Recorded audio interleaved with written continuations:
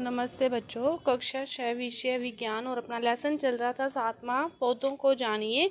इसका जो एक पार्ट है वो अपने पहले कर चुके हैं।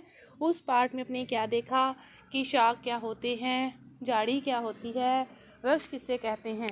इसके बाद अपने विसर्पी लता, आरोही लता और उसके बाद अपने तना, जड़, पत्ती, तना और पत्ती के बारे में देखा कि पत्ती प्रकाश संश्लेषण का भी कार्य करती है, पत्ती बाष्पोत्सर्जन का कार्य भी करती है, तने के द्वारा जल ऊपर तक पहुंच पाता है। इसके बाद अपने बातें अगली जो टॉपिक चला था वो चली थी जड़। तो जड़ के बारे में अपने देखना था कि जड़ दो प्रकार की होती है। एक जड़ होती है मूसलामूल जड़ और दूसरी होती है रेशेदार जड़।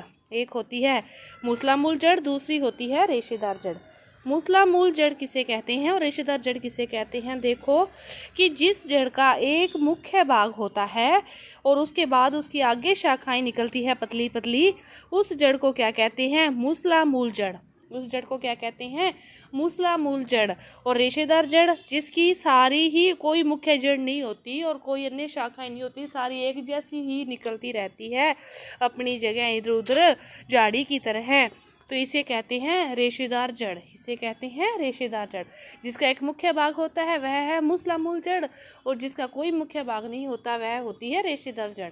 दूसरी बात, जिन पौधों की पत्तियां समांतर शिराविन्यास हो पाया जाता है उनकी जड़ें रेशेदार होती है। उनकी जड़ें रेशेदार किनकी होती है, जिनका पत्तियों का समांतर शिराविन्यास पाया जाता है और जिनकी पत्तियों का जालिका रूपी शिराविन्यास पाया जाता है उनकी जड़ें मूसलामूल जड़ें होती है। जालिका रूपी शिराविन्यास पाया जाता है तो उनकी जड़ें मूसलामूल जड़ें होती है, ये जड़ें। और दूसरा जो जड़ों का मुख्य कार्य है वो क्या होती है, जड़ें पौधों तक पानी के जो तने तक पहुंचाने का कार्य है वो भी कौन करती है, जड़ों के द्वारा ही होता है।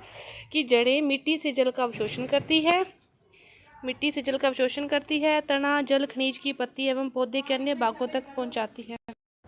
जड़ें मिट्टी से जल का अवशोषण करती हैं, तना जल खनिज को पत्ती पौधे के अन्य भागों तक पहुंचाता है। पत्तियां फिर भोजन को संश्लेषित करती है और भोजन तने से होकर पौधे के विभिन्न भागों में संग्रहित हो जाता है। इस प्रकार कुछ जड़ों जैसे गाजर, मूली, शकरकंद, शलगम एवं टैपियोका आदि को हम खाते हैं। हम पौधे के अन्य भागों को भी खाते हैं। गाजर मूली के रूप में हम जड़ को खाते हैं, आलू के रूप में तने को, तो इसी प्रकार जो फूल गोभी और गोभी है इनमें अपने फूल को खाते हैं। तो पौधे के विभिन्न भागों का प्रयोग अपने खाने के रूप में भी किया जाता है। जो तना है इस प्रकार जिसमें ये समांतर शिराविन्यास है उसमें ये तना मुख्य भाग के साथ साथ इनकी अन्य जो शाखाएं हैं वो भी निकली होती है। इसके बाद अगला है पुष्प। पुष्प विभिन्न रंगों के विभिन्न पौधों पर और पौधों का जो मुख्य आकर्षक भाग है वो भी किसके रूप में होता है, पुष्प के रूप में होता है। पुष्प में देखो जैसे गुलाब के आपको एक कली के रूप में दर्शाया गया है कि एक सीधा आपके पास जैसे गुलाब है, फिर पत्ती, इसमें कोई भी पत्ती नहीं है, फिर पत्तियों वाला है और एक पुष्प फूलों वाला है। तो तीनों में से आपको फिर कौन सी जो आकृति है वो अच्छी लग रही है, तो पुष्प युक्त जो गुलाब की कली है ये अपने को बहुत ही अच्छी लगती है। पुष्प है ये क्या है, मुख्य आकर्षक बिंदु होता है किसी भी पौधे का। इसके बाद देखो आपको क्रियाकलाप दे रखा है, क्रियाकलाप 10। इसमें ये पुष्प हैं, इसमें जो पंखुड़ियाँ कहते हैं इनकी पत्तियों को जो बीच में से मोटी और साइडों से पतली होती है, विभिन्न रंगों के हो सकते हैं, ये लाल, पीले, गुलाबी, इन्हें क्या कहते हैं, पंखुड़ियाँ कहते हैं। और पुष्प खिलने से पहले इसमें जो बाहर की साइड इस प्रकार जो हरे रंग के लगे होते हैं उन्हें क्या कहते हैं, बाह्य दल कहते हैं। पंखुड़ियाँ इन पत्तियों को, और जो हरे हैं खिलने से पहले इनके साइड जो लगे रहते हैं और खिलने के बाद ये बिल्कुल इसके अंदर की साइड होते हैं, इन्हें क्या कहते हैं, बाह्य दल कहते हैं। और विभिन्न पुष्पों की जो पंखुड़ियाँ हैं वो क्या होती है, अलग अलग रंगों की होती है। किसी पुष्प की पंखुड़ियों का कोई रंग होता है और दूसरे पुष्प की पंखुड़ियों का कोई रंग होता है। तो इसके बाद देखो कि किसी भी पुष्प में जो पंखुड़ियाँ हैं और बाह्य दल हैं इनका एक दूसरे से कोई संबंध नहीं होता कि वो खिले हुए हैं वो जुड़े हुए हैं तो वो जुड़े रहेंगे और वो खिले हैं तो वो खिले होंगे, ऐसा कोई जरूरी नहीं होता।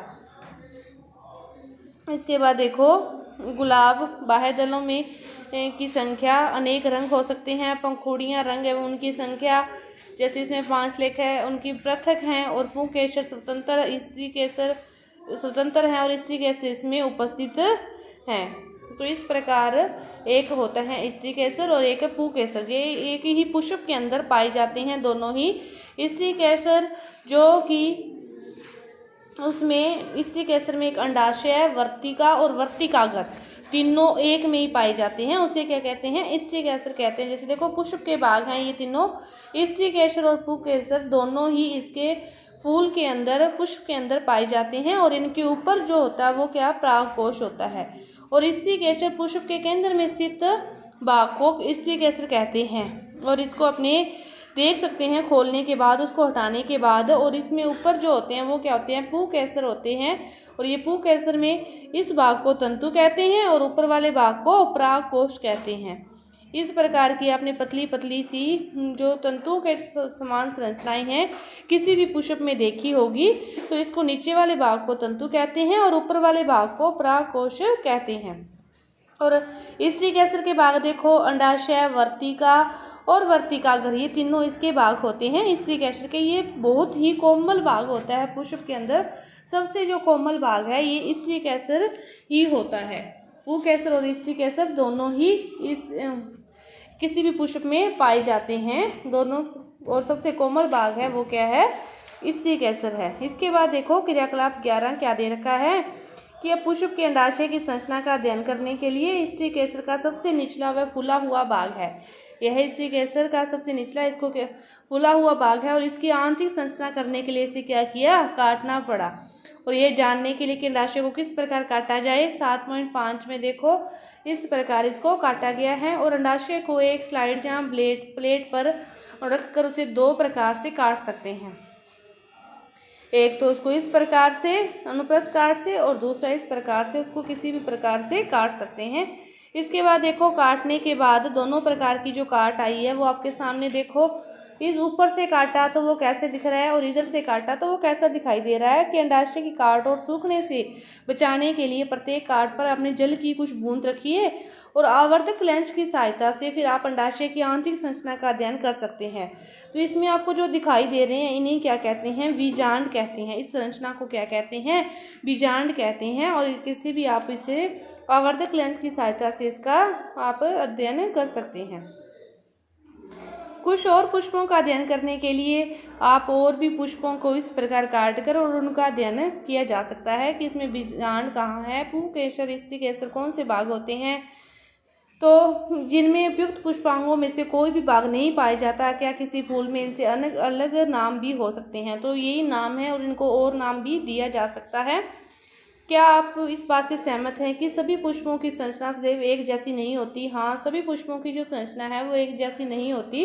किसी में उसकी संरचना, किसी पुष्प की संरचना कैसी होगी? आपने गुलाब का, कमल का और भी सूरजमुखी के फूल देखे होंगे, तो क्या सभी की संरचना एक जैसी है? तो सभी की संरचना एक जैसी नहीं होती। किसी की संरचना कैसी होती है, किसी का रंग कैसा होता है तो किसी का रंग कैसा होता है।